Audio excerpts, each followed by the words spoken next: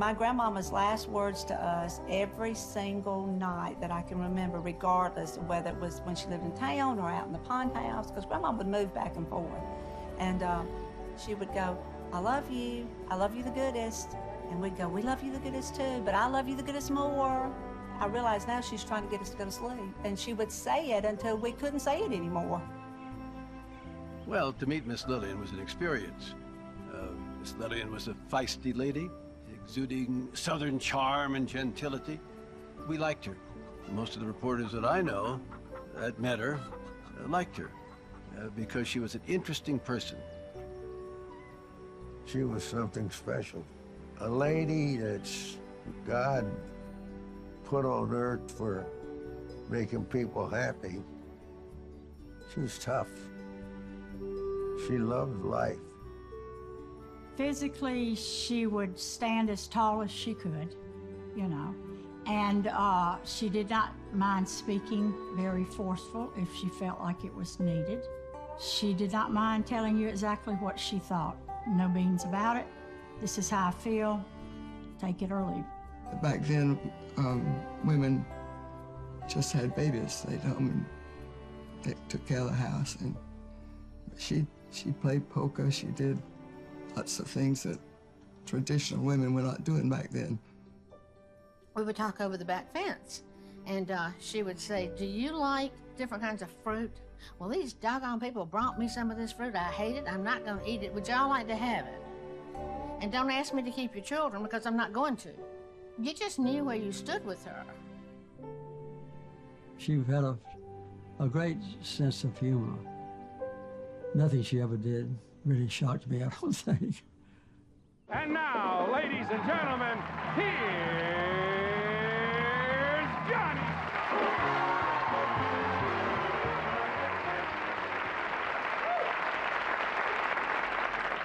My first guest tonight, in addition, of course, to being the mother of the President of the United States, has received numerous awards herself in recognition of many outstanding years of humanitarian service to others. And it's been quite a while since we've had such a picturesque, quotable, and colorful presidential mother who's appeared on the White House scene. And it's a great pleasure and honor to have her here tonight. Would you welcome, please, Miss Lillian Carter. My name is Lillian Carter, born Bessie Lillian Gordy. I was born in 1898, yes, more than a century ago. Oh, and I had a very full life. Every time I thought I was growing old and getting closer to the grave, something else would happen. Well, I have passed away now, which is why I can talk about my entire life and beyond in the past tense. I was born in what is now referred to as the Deep South, Richland, Georgia. But in our house, when I was growing up, my papa respected people on their own terms, white or black. My papa valued hard work and honesty. Papa let me speak my mind, even when we disagreed. Oh, and don't get me wrong, my papa was no saint. After he married Mama, a couple times a year, he'd say to Mama, Ida, I'm going out to the farm, and he'd just disappear. A few weeks later, he'd come walking through the front door like he'd just been to the drugstore. I know that frustrated Mama, but she never said anything. I knew he loved us, so I always wondered why he didn't take us with him. But I got used to it. Might have been my first lesson in letting people be who they really are, even if it hurts.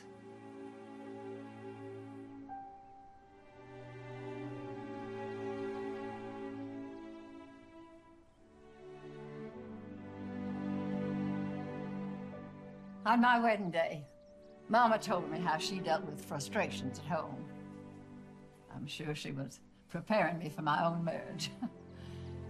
When things got tough on Mama, she'd come out the back of the house and she'd get into the middle of a large field where no one could hear her. And she'd scream, "Damn! Damn! Damn!" as loud as she could. Then she'd come back in the house and pick up the Bible. Mama found great comfort in reading the Bible. I too found comfort in the Bible. I also found great relief in screaming.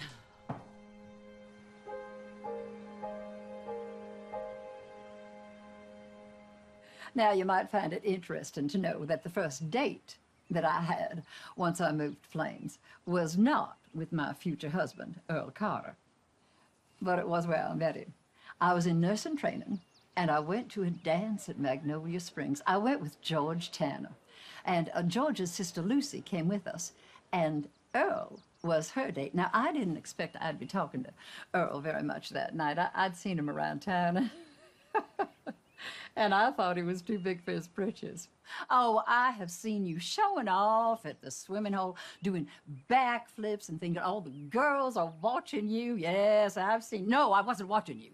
No, I saw you. I just happened to. It was something I didn't mean to. I mean, it wasn't on purpose. Oh! I was sort of put off by Earl Carter. I was determined never to speak to him again. Well, that didn't work out so well, praise the Lord. I don't know if I believe in destiny or not, but as put off as I was by Earl Carter that night, I somehow had the feeling that we were going to see each other again, and soon. Well, in 1923, Earl Carter and I were married. And the next year, October 1st, 1924, Jimmy was born. James Earl Carter II.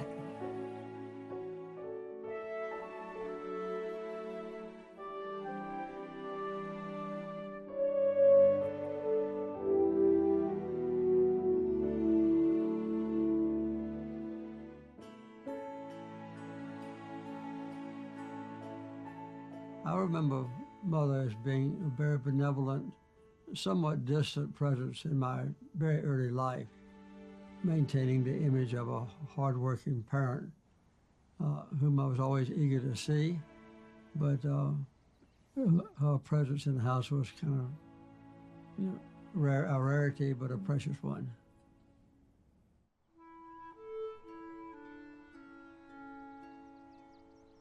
In 1937, Billy was born. Now, Billy was really a good boy, you know. Having his daddy die when he was still in high school set him adrift for a while, and I was in no shape to help him. But of all my children, I always felt that Billy was the smartest. Oh, we used to call him the walking encyclopedia.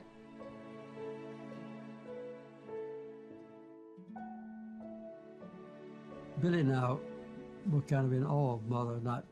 We both we kind of competed for her affection, I would say. Billy Journey won, by the way. A lot of folks think that Earl and I had only 2 children, Jimmy and Billy, but we had 2 beautiful daughters in between those sons. In 1926, Gloria was born. Now, Gloria was always into motorcycles, Harleys. I think the reason that she and her daddy were loggerheads so often was because they were more alike than different. And she became a wonderful public speaker for a while. And then 3 years later, Ruth was born.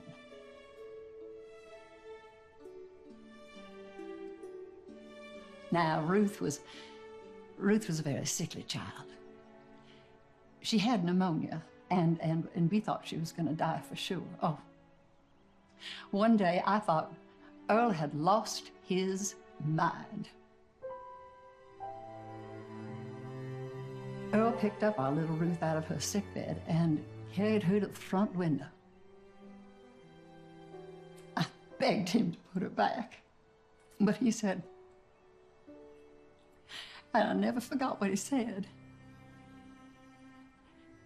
He said, I want her to see the sunshine one more time. Well, she turned out to be one of the strongest of us all. And a wonderful preacher. Oh, she was a big help to Billy. Her words and her work, they helped a lot of people. Wow. Jimmy says his sister Ruth changed his life. Well, you see, Jimmy was going through a rough spot. And Ruth asked him, if you were arrested for being a Christian, would there be enough evidence to convict you? Now, That was Ruth's gift to Jimmy. That question got him thinking, and that thinking changed his life.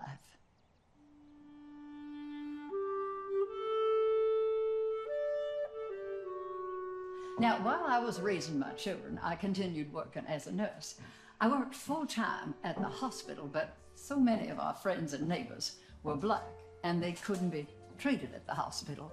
So after work, I would help them out whenever and however I could. It just made sense to me. And she didn't have to accommodate the segregationist mores of the South in those days. She could get away with it because she was almost immune to criticism. You see, many times I was already at work when they got up in the morning. She would come home at night at 10 o'clock, take a shower bath, wash her uniform, write instructions for me and my sisters, and then she would go back on duty at 2 o'clock. So she was only home 4 hours in the middle of the night, so I never saw her much when I was a teenager. So I'd write out their tasks every day on a piece of paper, and I'd leave that paper on a little desk we had in the hallway. It didn't take them long before they were calling that desk Mama.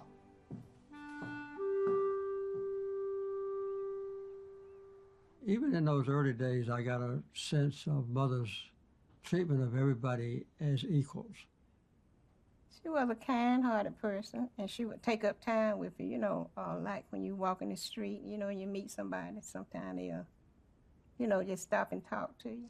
My father died when I was 13, and Jimmy's mother would come for months and help Mother with him, turn him in his bed, give him his shots and things like that. She did that for everybody in town, and race was no consideration for her. Whatever we needed, she was always there to help. Because we had to turn my brother, the one that I told you broke his hip, we had to turn him sometime, and she would stop by. Because where we lived at that time, the Carters had to pass by us to get the plane down here, because we was out in the country. And she would stop and, you know, do whatever she could for us. And if we got sick, she was there for us. I've been a part of the Carter family all my life. So. She never distinguished between African Americans and white people. She never distinguished between rich and poor. And all of our neighbors were African American. And so she nursed primarily among the African American families. My papa acted like skin color didn't matter to him, so it didn't matter to me. I knew that was Papa's gift to me. Funny how those gifts work out. Oh, I heard about, and I saw all the vicious, cruel, hateful things that were done to colored folks. Even I can't get used to calling them blacks or African Americans, but I think people have the right to be called whatever they like, especially if it helps them feel better about themselves. We had to walk to school. We didn't have no buses. My kids, my oldest daughter, when she started to school, she was walking. Well, I was living in Webster County at that time. But then when they later, I can't remember the year, but then they got buses. And but I never rode a school bus. But we had to walk to get our high school education. And when we got the first bus, they had a black fender on that. You know, that was for the black. And the other bus was for the white. And we had no new books in school. We had no new books. We got the books where the other children threw it away. A long time ago, you went to your church, we went to our church. But now we can communicate if we want to. We can go there, they can come here. Y'all got some bad ones, we got some bad ones. Y'all got some good ones, we got some good ones. So we all going to the same heaven or hell. It's not but one. So if we live the Lord like we said we do, we could just come together and be one. Mm-hmm.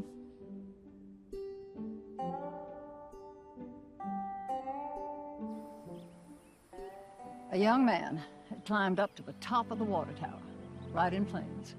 Poor black kid. I really knew his father. I knew the boy's father, who was the abusive one.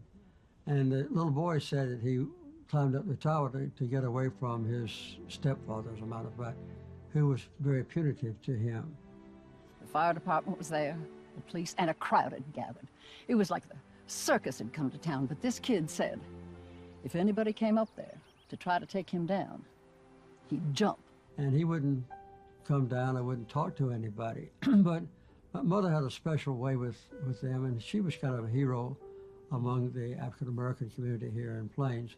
So she volunteered to climb up the water tower and to talk to the little boy. She finally talked him into coming down.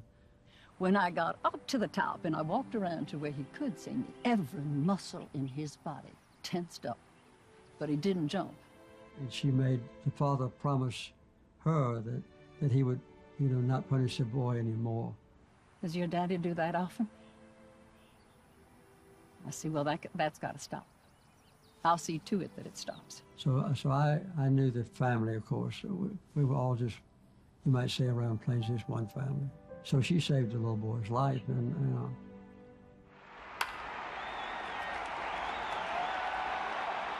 One of the highlights of our life was being present at the first Major League Baseball game that Jackie Robinson played in. Oh, my.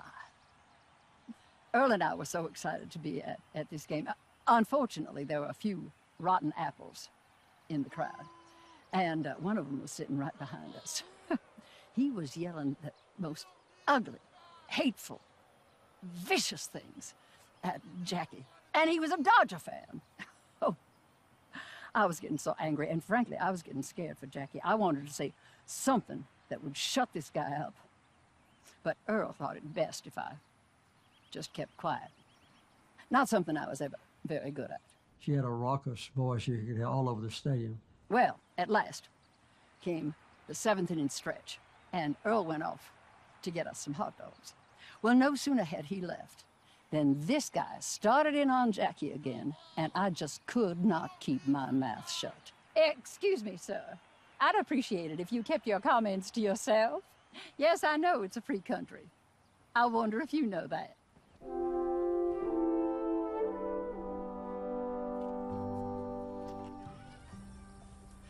In addition to my nursing, I also farmed pecans. Pecans were always my favorite. And I tell you, farming pecans is like picking up money off the ground. Mother was an independent entrepreneur of her own, and Daddy let Mother harvest all the pecans on our farm. I used to pick up pecans with her, and she would climb in the tree. She climbed the trees and knock the pecans down. Mm-hmm. She had the pecans, and they were hers, and she picked them up, and Ruth and I helped her, and she had the money from the pecans. So she would take off from nursing every year during November and just harvest pecans, polish them up or shell them, and then sell them in America. I made enough money every year from my pecans to pay for all of our Christmas presents. One year, I made more from my pecans than I did from nursing.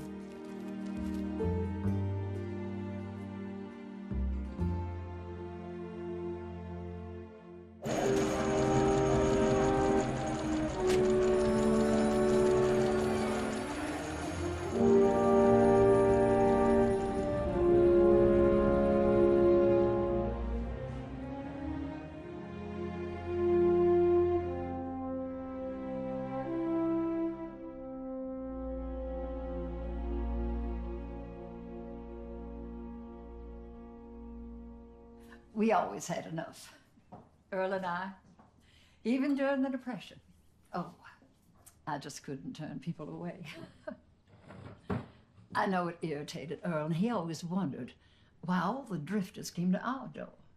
So one day I asked this fella, and he told me very politely, he said, "Ma'am, it's your mailbox." And then he explained, you see, they marked mailboxes.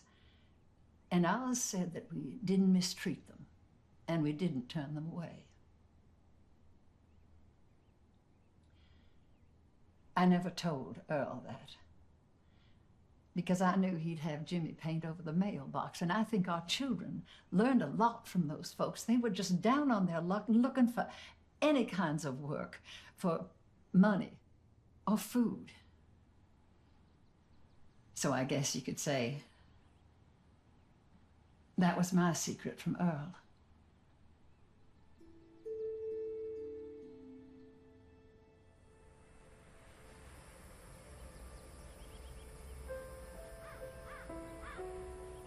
In 1953, Earl kept a secret from me.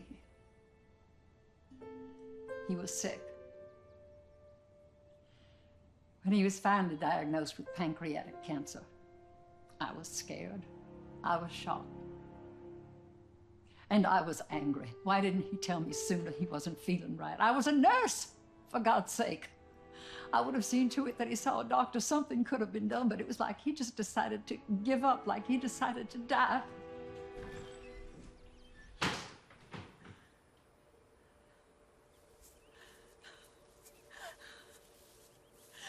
Damn! Damn!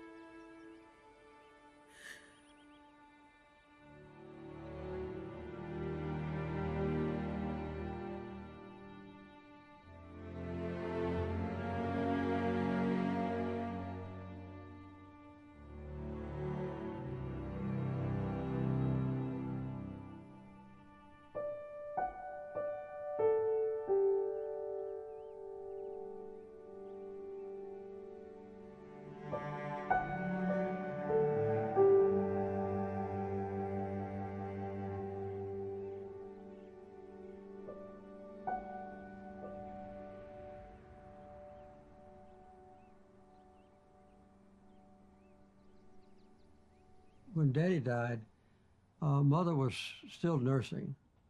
And the men in the county, Daddy was had just been elected to the legislature, was serving his first year when he passed away.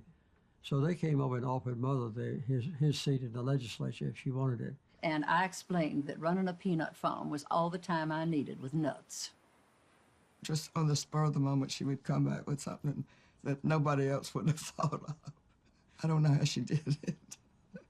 Later on, she took a job at Auburn University as house mother of the KA fraternities, which was a very wild and undisciplined fraternity then and now, I think. Mother did that for 7 years. And then when she retired from that job, the local pharmacist, whose son is now the mayor of Plains, by the way, opened up a nursing home in South Georgia, and she went down and to get it started. She went to Blakely, Georgia, and my mother-in-law, Miss Godwin, and Mr. Godwin owned a nursing home down there. Well, Miss Lillian said, "I can help you do that, Doc." My mom and Carter's mother worked at the hospital when the hospital was up here. It's a nursing home now, but they worked together there. Even though she was tough and hard and everything, she had the ability to love and to nurse everybody. She never turned down a case. I never turned down a bad situation with somebody really sick. She could get in there and really do it. She was a good nurse. She stayed there 3 years, and finally she came home and said she was tired of being around old folks. In 1966, Jimmy was a member of the Georgia State Senate, and I, at the unlikely age of 68, decided to go into the Peace Corps. One day she was watching TV and saw an ad that said, you know, join the Peace Corps, the age is no limit. She was old then, by standards back then. Well, it was new. It was an adventure I thought I could take part in, especially because I'd been a nurse. So she thought she would kind of surprise Billy and me, my brother and me, by coming down and telling us she was going to join the Peace Corps. She said later she expected us to say, "No, Mama, you can't go." But we were excited about it. We said, "That's great, that's wonderful." So Mother was kind of taken aback. She made shocking remarks a lot of times. I didn't know whether she was serious then or not, but she was. And I think we were all happy about it because she was not one to just sit around and do nothing, tin house and that kind of thing. But she joined the Peace Corps. She was 68, and she asked for a poor country where people were dark-skinned. So they sent her to India. In December of that year, 36 other volunteers and I were flown to New Delhi. So Mother lived in a little village called Vikhroli, which was owned by a very rich family named Godrej. And they owned the entire village.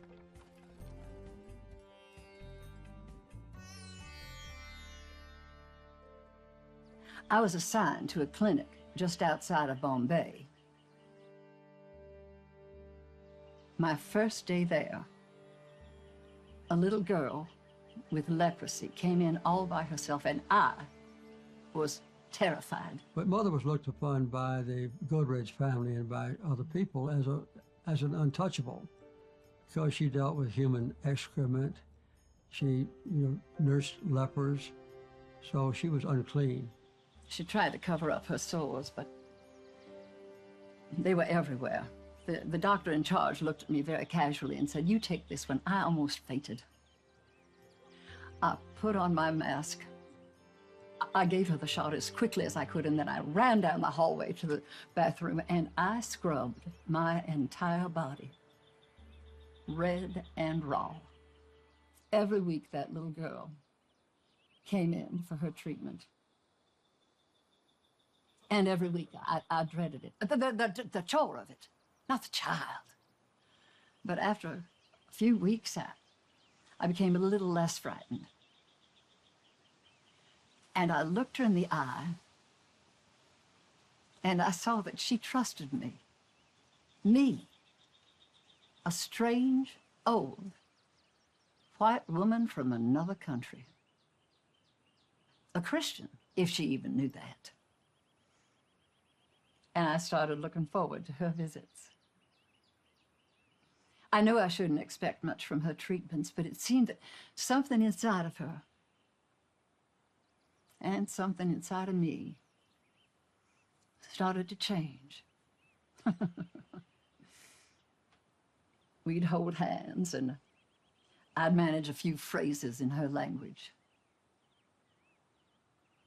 And I loved her. Oh. One day, I took her little face in my hands, and I kissed her. I just had to. It didn't matter. Well, the doctor in charge heard about that, and he was furious. The next day, he scolded me in front of everyone. "That child has infectious leprosy and must not be touched," he yelled. "It's survival of the fittest here, Missy. Do not try to change us. In the short time that you are here, we know what we can do, but we also know what we cannot do. Do not expect miracles." And I said to him, I said very quietly, I said, "Doctor, the miracle's already happened. Whether that little girl lives or dies."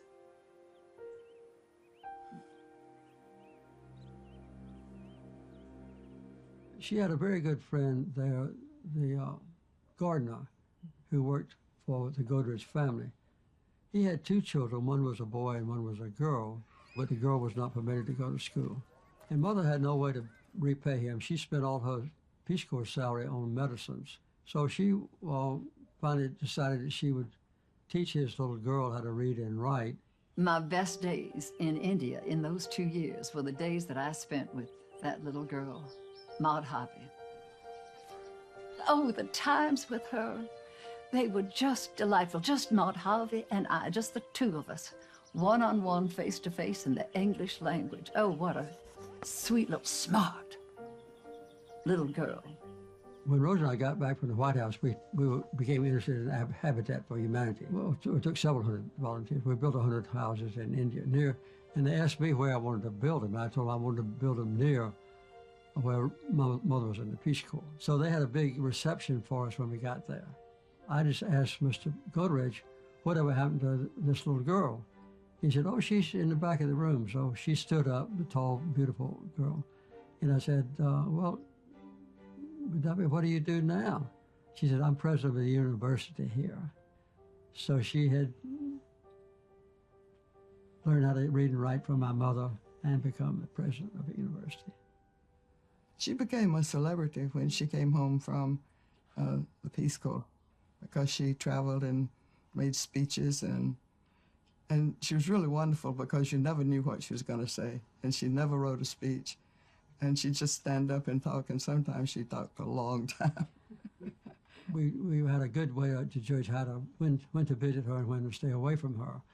She played poker with a bunch of women in Americas, and she kept, everything was in dimes, so just bet dimes and won dimes.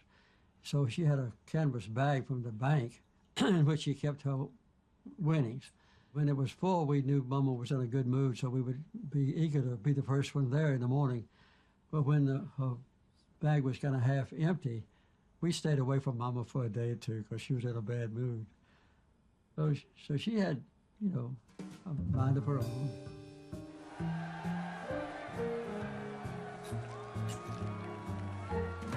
And she had a bunch of kind of offbeat friends from Hollywood. I became wonderful friends with Dean Martin and Frank Sinatra, and every time they were performing in Las Vegas, they would invite me to come and see them perform. They would invite her out to Las Vegas every year to play blackjack. And when she arrived out there, they always had a brand new dress for me to wear. She would put it on, and then she would go upstairs and play blackjack with Frank. And I'd win. And they always arranged, somehow or another, for Mother to win about $1,500, but that was as much as she could ever win. So she knew that when she went to Las Vegas, she was going to win $1,500 and get a new dress. So she did that almost every year. And I was a frequent guest on the Johnny Carson show. And neither she nor I ever knew what she was going to say. And so I used to watch the Johnny Carson shows with great trepidation, not having any idea what my mama was saying.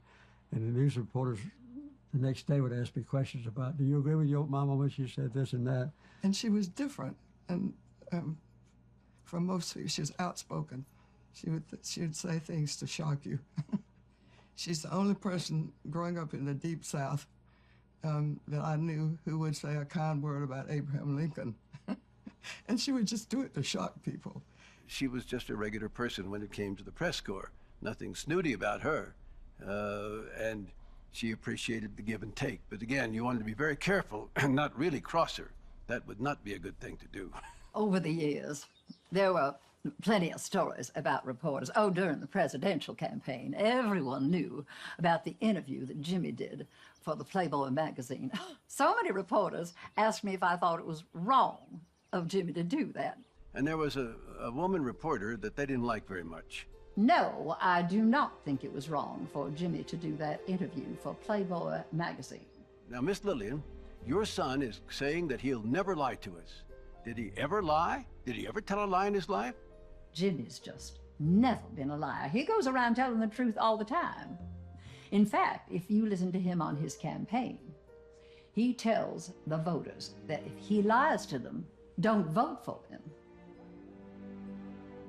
Which sort of puts the burden on me now, doesn't it? Well, just to balance off the family ticket. I have to lie. I lie all the time. Mostly white lies. Well, what's the difference? What's a white lie? Do you remember a few minutes ago when I said I was glad to meet you? You did not come at her trying to hurt her family. And that person left with nothing to tell, but it's been a wonderful story to, I think, share with everyone. If you love your family, you stand up for them. I don't know why so many people think that all Christians are walking around with a stick up their backside. No, I read the interview. I even looked at the naked pictures. Didn't bother me.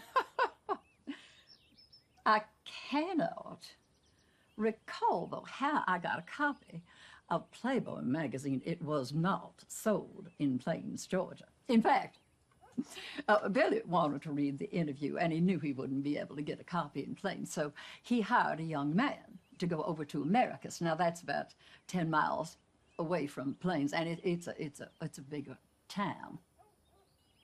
And he asked this young man to pick him up a Playboy and bring it back. Well, several hours later, this young man came back to town, and he had an armful of girly magazines for Billy, and he told him that they were all out of Playboys, but he thought that these would do Billy just fine. Might have been the only time that Billy wanted a Playboy magazine to read an interview. Jimmy Carter announced at the end of 1974 that in 1976 he would run for the nomination of his party for president. And that was unusual, and people didn't pay a lot of attention to him. But he set out to make it so, and he did it.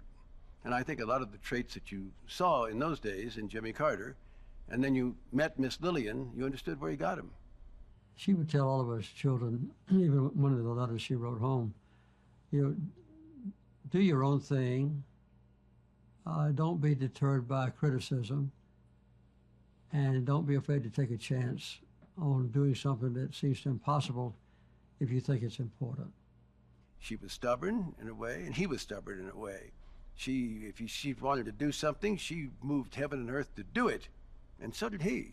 Hey, you want to bring Menachem Begin and Anwar al-Sadat together and make a peace treaty? He was going to do it, even though it's ridiculous that you could get these people in the same room, yet let alone a peace treaty between Israel and Egypt. But he did it. Well, first of all, when I was campaigning, my mother worked full-time. When I was on the campaign trail, it seems that my job was to meet people and tell them about Jimmy. Well, I couldn't remember everybody's name, so I called them all honey. I shook hands with a lot of honeys. Jimmy said I probably called the Pope honey, and I'll bet I did. Nothing she ever did really shocked me, I don't think. She had a great sense of humor. I remember Trivial Pursuit became very popular then, and one of the Trivial Pursuit questions was, who said, when I look at my children, I wish I had remained a virgin? And the answer was, you know, Miss Lillian, my mama. So she had a good sense of humor, but she didn't object to shocking people. But I was just being myself, so I didn't care. I mean, if you can't be yourself, then who are you? Like, for example, after Jimmy had gotten a nomination for president, all 3 television networks had their mobile units outside the train depot here in Plains. That was campaign headquarters. Well, she was a favorite of the news media. Every morning, on my way into headquarters, I would stop by each trailer and have a cup of coffee. Let's say she knocked on my door first. Knock on the door. Oh, Miss Lillian, come in. Oh, well, I just thought I'd stop by and say hello. Fine. Would you like some coffee? Yeah, yes, I would. I'd like a cup. Would you like a little pickup in your coffee? Don't mind if I do. We take her bourbon down and pour a little bit, splash in the coffee, and sit and talk. I go to the ABC trailer, have a cup of coffee, a little pick-me-up. And she'd say goodbye, and she'd go over to the CBS trailer. We'd see her knock on the door. 15 minutes or so, she'd come out. She'd go to the NBC trailer and knock on the door. I think when she left the last trailer, she probably was in good shape, a little pickup every place. By the time I got to headquarters, I was one happy gal. Everyone needs pickup in the morning. We appreciated that. Now, where was I? Oh yes. Jimmy's inauguration. Oh. Here before me is a Bible used in the inauguration of our first president in 1789. And I have just taken the oath of office on the Bible my mother gave me just a few years ago. This inauguration ceremony marks a new beginning. I remember when I was inaugurated president, I made my inauguration speech, and we walked down Pennsylvania Avenue, and the whole family were together, and we started to go to the White House for the first time. And my press secretary, Jody Powell, said, Miss Lillian and everybody else, don't anybody speak to the press. They all want to talk to you. And Mama said, Jody, you can go to hell. I'll speak to whom I please. So the news reporters gathered around my mama. I had just been sworn in as President of the United States. And they said, Miss Lillian, aren't you proud of your son? And she said, which one? So many people ask me if that was the best day of my life. Hell, I almost missed it. We got in a caravan in Plains, Georgia, the state police and the cars and the Secret Service and all of that, and the press and what have you. And we started out toward Albany, Georgia, where the plane was waiting. Everyone was in such a hurry so that they wouldn't miss Air Force One. No one remembered to come and pick me up. Jimmy thought the Secret Service was bringing her. The Secret Service thought the state police was bringing her. Someone else thought somebody else was bringing her. So we waited there for about 30 minutes, and finally up came a car racing at top deck speed, and out stepped Miss Lillian and said, "I'm the forgotten one. I'm the forgotten one." It was... What good is it being president if your own damn plane won't wait for you? Oh, but it was a wonderful day. But the best day of my life, oh, I had so many best days. It's time for Dodger Baseball. There was a special place in my heart for the Dodgers, and it seems that in time, it was reciprocated. All the Dodger players would come by and give Mama a kiss on the cheek, and Lasorda was our manager, and he was very nice to Mother. She was a remarkable lady. She had walked all the way across the field from their dugout to here. And she said to me, "I have to look like I'm a brave family. I have to listen to my son. But in reality, I love you and the Dodgers." She tried to hide it. She would scream for the Dodgers, even though she was in Ted Turner's Braves box. She let it out. He loved her, and I must have got her son upset, but she looked back and sees me, and then she winks. And she told me, "Tommy, I love you, and I want you to win." And by golly, we won. I'm going to tell you something that even the family didn't know until after I passed away. In the back of my closet, I had a full Dodger uniform. We sent her that, yeah. I was not really surprised at the end of her life when we found a complete Dodger uniform with spikes and everything else in her closet. She and he were very close friends. Tommy and his wife, Jo, they became wonderful friends of mine. And, Tommy would call me now and again for some advice. "Tommy, I'm so glad you called me back." "Well, yes." "Oh, well, I'm feeling fine. Of course, I won't be stealing many bases this season, so you'd be wise to put me on the DL." She was a real Dodger fan. She always talked to me. She would call him on the phone and give him hell, really. She was tough. I think you might want to be careful about overworking that new young pitcher of yours, Valenzuela. I know the fans are going nuts over him, but the kid's only 20. Uh-huh. Well, you're the manager.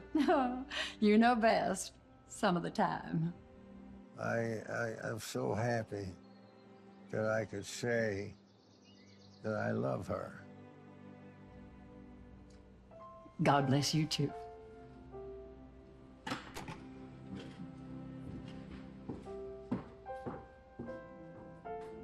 Even at her funeral, people were telling Miss Lillian stories. The affection for her wasn't limited to the press corps. People who knew her there in Georgia came from miles around, not because her son was president either. It was for her. After I passed away, Jimmy wrote a book about me, and he called it A Remarkable Mother. But as far as I'm concerned, I had a remarkable family. Our Ruth continued her ministering, preaching, and writing books about spiritual healing through love. Tens of thousands of people were positively affected by her words and her work. Ruth was a special darling to Earl, and she was special to me too. Maybe because she was so sickly as a child, or maybe just because she was our Ruth.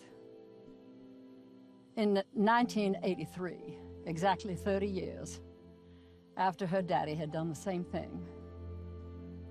Our Ruth died of pancreatic cancer. After Earl died, I thought I could not hurt that badly again, but losing Ruth, the worst thing that any parent should have to do is bury a child. And I was at the time already sick and weak with breast cancer and pancreatic cancer, and about 5 weeks after Ruth passed, I also died.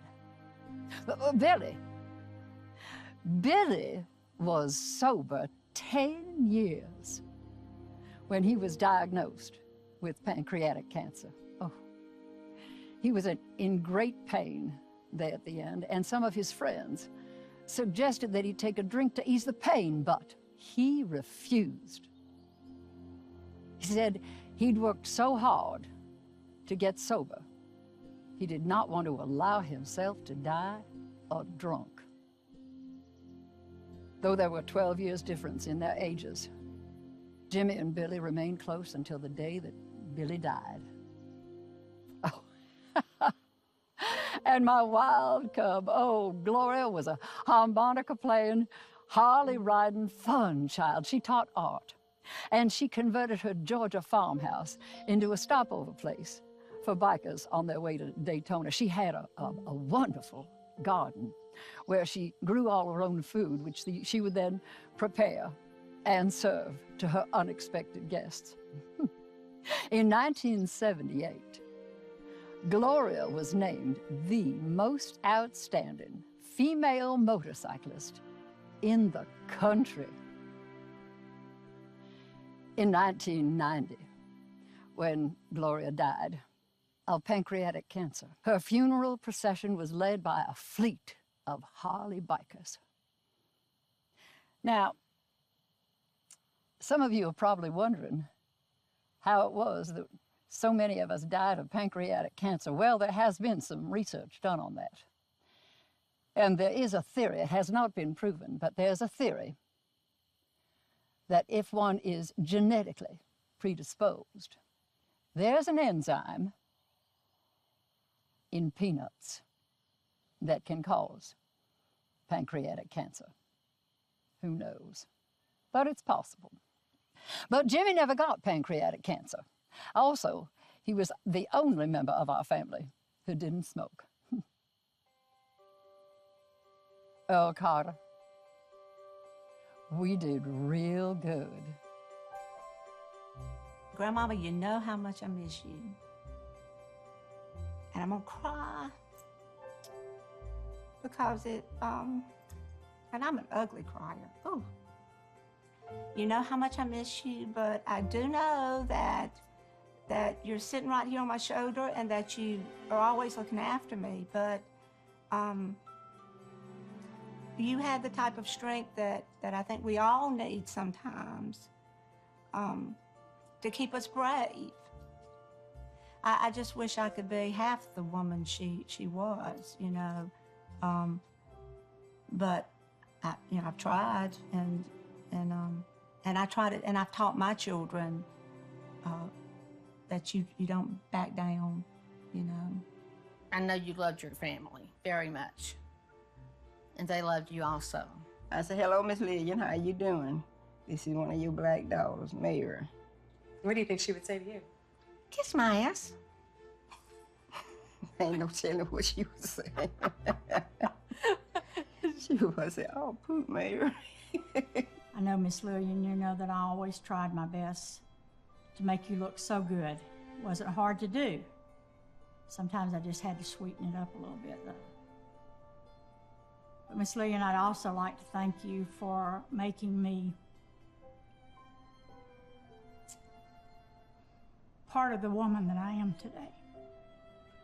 A woman who can make her own decisions, make her own money, give it to who she wants to, not look at a person for their color, but for their need. You are a wonderful example of that. If we could just have a little bit more of that in our world today. We need more Miss Lillians here today. I just miss her and having someone that I could respond to about anything. She was just like, almost like my own mother, because she cared for me and had been such a part of my life, and I miss her. Mm-hmm. I miss her remarks. I miss her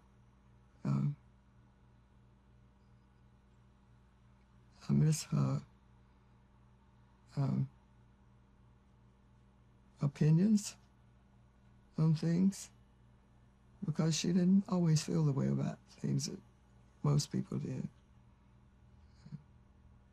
And I miss coming to this house on Christmas morning with her and eating breakfast.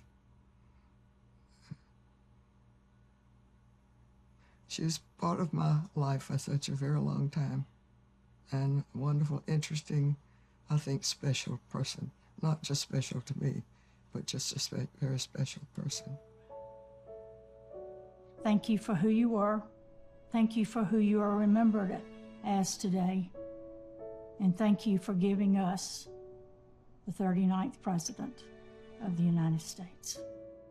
If your mother had written her own eulogy, what do you think she would have said? I think she would say, I'm not sure, I never thought about that before, but I think she would say, I lived my life to the fullest.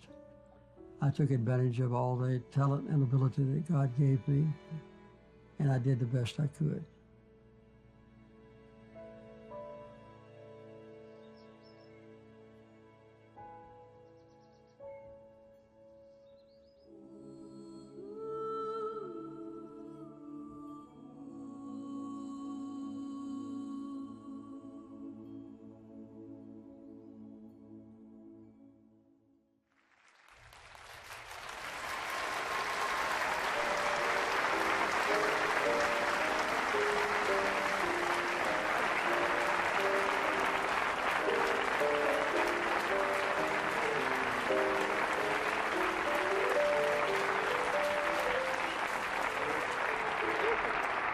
Miss Lillian just asked Ed if that was really iced tea he was drinking. And it's no fun at all, is it? You occasionally, Take a little nip. I left Atlanta. You know, the difference in time confuses me. Right. And I never take my nip until just before I have supper. We call it supper at my house. We did in the Midwest also. Well, of course, Supper. and that's what it really is. That's right. And I take that little bourbon every evening just before supper. A couple of fingers, Yeah, well, I won't know. I don't know, just a little one. Sure. And we got on the plane, and it was 5 o'clock plane's time, and it was about 2 California time. And I made the big mistake of putting my watch back to California time. And here, the minute we left, here she was serving cocktails, and I said, with alcohol? Yeah. I said, I can't take a drink until 5 or 6 o'clock. You know what I did? I set my watch back. And I'm sorry. Everybody has to get a little risque once in a while, don't you think? Have you ever made a speech to a crowd when nobody smiled? Many times, right here. Many times.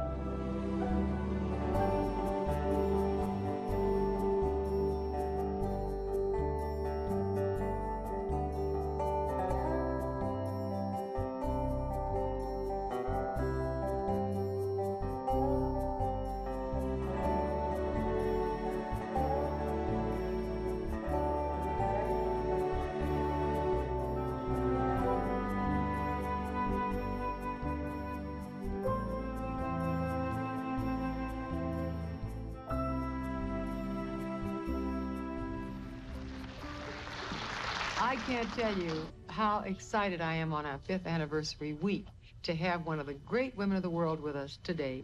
She is an authoress, a lecturess, Peace Corps volunteer, above all, a humanitarian. The world calls her Miss Lillian. President Carter calls her Mom. Please welcome Miss Lillian Carter.